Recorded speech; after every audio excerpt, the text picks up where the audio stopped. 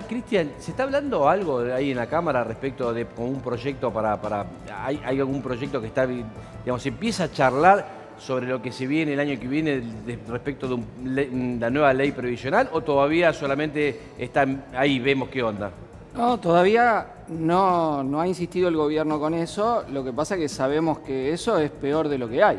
Bueno, siempre. O sea, no es una ley previsional para recuperar todo lo perdido, ¿no? Para recuperar este 54% que ustedes dicen y más de los gobiernos anteriores, porque hemos tenido una continuidad en lo que hace, uno puede decir, una política de Estado que es joder a los jubilados. Claro. Porque cada vez que la fórmula que había iba a dar para arriba, los gobiernos han hecho lo mismo. Lo hizo Macri, congeló la fórmula, la cambió para peor. Lo hizo Alberto Fernández, congeló la fórmula, lo hizo para peor. Y Milei lo mismo. Entonces, es esta situación de caída que hemos tenido en los ingresos jubilatorios, ¿no? De nuestra parte de la izquierda siempre nos hemos opuesto a esto. Cuando fue lo de Alberto Fernández, recuerdo que mi compañero Nicolás del Caño hizo la moción de que nunca puedan aumentar por debajo de la inflación y el oficialismo de aquel momento se opuso, ¿no? Diciendo que no, que nunca iba a dar para abajo. Y dio para abajo y se perdió este 54%. Ahora, Cristian, no se habla también de... porque a mí me llama la atención que no se haya puesto la ley de movilidad todavía por ley. Y en este momento está corriendo el RIPTE. Bueno, el RIPTE en teoría va en crecimiento y guarda que no se pongan a comparar las fórmulas y que la de este gobierno sea peor. No, lo que pasa es que la fórmula, si vos la ponés por ley, o sea, hubo un sector que quería poner por ley la fórmula que puso Milei, ¿no? Que es la actualización por inflación. Lo que pasa es que si vos ves, la realidad es que si hubieran mantenido la fórmula anterior hoy estarían 450 y pico, claro. 400 y pico, y no los 300 y pico y monedas que tenés ahora. Entonces es muy discutible, porque en aquel momento, cuando la inflación daba para arriba, efectivamente te convenía la actualización por inflación de la fórmula anterior. Cuando la inflación empezó a dar para abajo, te convenía la fórmula anterior y no la actual.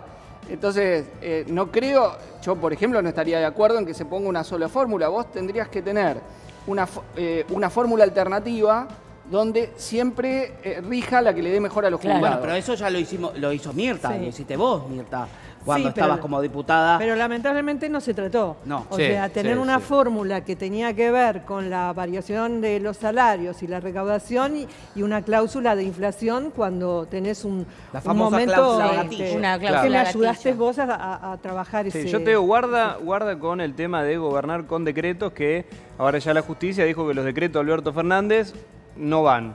No van. Así que guarda, que te van a decir, mira que la fórmula que hoy está vigente, pues la fórmula sigue vigente en formato de ley, si da más alto. Uno tendría que pensar que así como está saliendo ahora respecto al gobierno de Alberto Fernández, cuando empiece la judicialización de este periodo, también te va a decir que te perjudicó la fórmula por decreto respecto a la vigencia de la fórmula anterior. Claro. Y entonces ahí también tendrías una actualización relativamente importante respecto de todo lo que perdieron jubilados y jubiladas. Sí, igual hay que ver qué dice la ¿Con el tema Corte. del presupuesto hay algo No, tiene que entrar ahora el 15 de septiembre el nuevo proyecto, pero ya el año pasado, te acordás que lo habían presentado con bombos y platillos, y después el gobierno mismo boicoteó el tratamiento para poder, la oficina. No le sirve. por segundo año con el presupuesto anterior. Del presupuesto, la oficina Bueno, del- No, es lo que quiere, y además en la Cámara de Diputados la Comisión de Presupuesto que la controla SPER la tiene cerrada. Claro. O sea, la única forma que tenemos para tratar todos los pero temas... ahí hay una pérdida total de transparencia. Entonces. Pero, a ver, en diputados el reglamento no te permite autoconvocarte. Yo soy miembro de la Comisión de Presupuesto. Sí. Entonces, no es como en el Senado que podemos hacer una autoconvocatoria de los diputados. Si no la convoca el presidente, no se trata. Y todos los proyectos importantes pasan por presupuesto. Claro. Entonces, sí hay un rulo que podemos hacer, que es lo que estamos haciendo, que es que cuando hay sesión, emplazamos al tratamiento de determinados proyectos, Transformarse en ponemos un comisión. día y hora para que se reúna la Comisión de Presupuestos con las que correspondan para dictaminar. Pero no se reúnen. Bueno, no, pero eso lo hemos logrado, por eso pudimos votar las dos leyes Ahora, jubilatorias. Cristian, Ese fue el mecanismo que encontramos para poder sortear la traba esta de SPER, que la mantiene parada, no ha convocado una sesión. Vi una noticia esta semana que no sé qué tan real sea, pero dice que de 1.500 proyectos que se presentaron este año se aprobaron 8. ¿Eso es verdad? ¿No es Sí, verdad? es verdad que se trataron 8.500, hay presentados en general, no que tienen dictamen de comisiones. Y la causa de que se aprueban solamente 8 es porque No está te trabado habilita. el tema de comisiones. No, hubo pocas sesiones, Claro. solo especiales, nunca se han llamado a sesiones ordinarias en todo el tiempo de mi ley. Es cierto, en el Y gobierno las de Alberto Fernández comisiones solo no. hubo una, y todas las comisiones que preside el oficialismo no se llaman. Yo estoy en presupuesto, preside el oficialismo, no la llama. se Solo llama. hemos logrado emplazando. Libertad de expresión. Sí. Digamos, si es una comisión que tendría que trabajar. La diputada Orozco de Salta, que la preside, la ha frenado. Le hemos presentado notas, reclamado la renuncia de ella Bueno. por no convocar ni nada. Y vos fijate que ahí tenemos una colección de proyectos denunciando todas las agresiones a los periodistas, a las represiones Y no que ha habido. avanzan Y nada, nada, no, no pero quedan en nada. no citan a la comisión. Es una vergüenza. ¿Ustedes Bueno, esperan el veto total de la ley? Yo creo que mi ley va a ser veto total de las 3 leyes, Y lógico, ya lo dije. las dos jubilatorias y la ley de emergencia en discapacidad. Y la de Bahía Blanca. Y ahí no, la de Bahía Blanca ya está vetada. Ya está vetada. Tiene un primer rechazo del veto en la Cámara de Senadores. Es probable que en diputados consigamos para rechazar Sí. el veto en el caso de la de Bahía Blanca. Las otras 3 va a estar ahí la pulseada, porque obviamente... Sí, pero decían que esta semana hubo un rumor de que el aumento no lo vetaba, que iba a ser un veto parcial, por eso pregunto. Bueno, no está Bueno, hasta ahora, igual, más bien digámoslo, lo que se comenta es que va a ser el veto general. Sí, Pero hasta bueno, que pará, no esté, pará, al porque si no final, estamos mezclando yo creo que todos lo va a los hacer temas al final del... Al Corriendo. final, es la Ok, lo crisis tenemos, que estos tenemos en jubilados, en jubiladas y en las familias. sí. O sea, hoy el endeudamiento para gastos corrientes es algo mucho más habitual de lo que era y hay otro eslabón que son las billeteras virtuales. La usura, que es brutal. Sí, claro. Entonces, son los bancos, son las billeteras virtuales, la financiera, el prestamista del barrio. Todo, hay una política usurera que está haciendo estragos en las familias porque no llegan a pagar la tarjeta, porque no pueden pagar los créditos. ¿Y cuál va a ser el resultado? Entonces, la base de todo esto es que los ingresos no te alcanzan para vivir. Tal cual. No te alcanzan solo- las jubilaciones, no te alcanzan los Vamos a salarios. avanzar, Dame un avancemos. Previsional y laboral Sí. son los dos ítems del FMI. Claro. O sea, porque hay que entender por qué los gobiernos han actuado en contra de los jubilados. Porque es una exigencia del Fondo Monetario. Entonces vos lo tenés. Macri fue al Fondo Monetario, atacó a los jubilados. Alberto firmó con el Fondo Monetario, atacó a los jubilados. Milei va al Fondo Monetario, ataca a los jubilados. Porque aunque nos parezca mentira, los burócratas del FMI opinan que acá se gasta mucho en jubilaciones. Claro. Y que el jubilado gana mucho. Entonces, cuando te dicen reforma previsional, significa que te van a sacar derechos. Y en reforma laboral es lo mismo.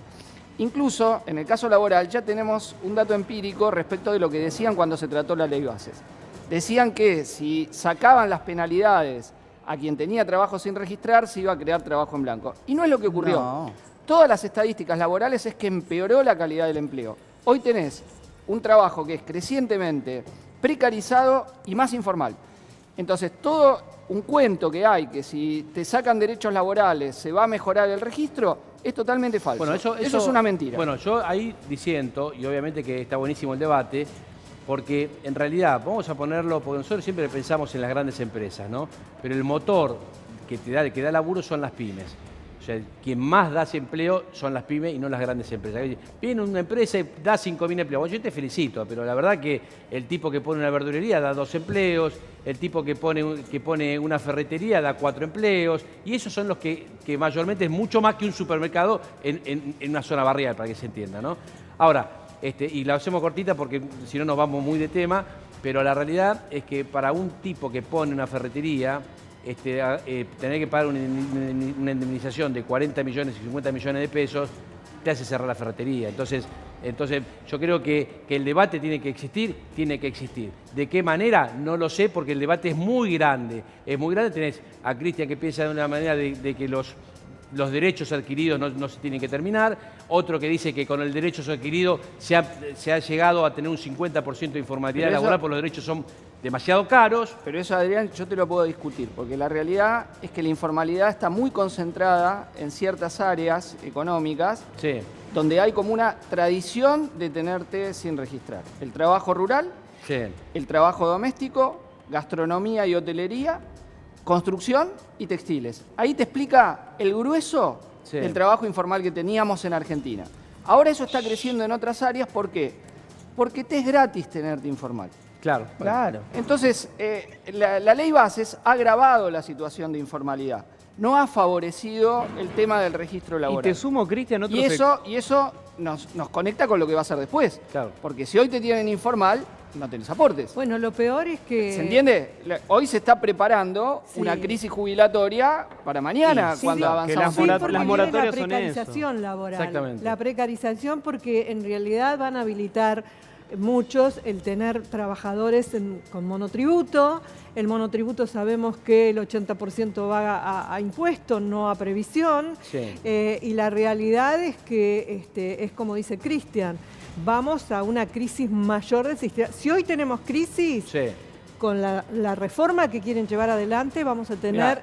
la destrucción No del se sistema. para quejen, que se mandriles, entienda. no se quejen, Pará, mandriles, ¿cómo está? siempre quejándose, Para siempre que- quejándose. para que se entienda.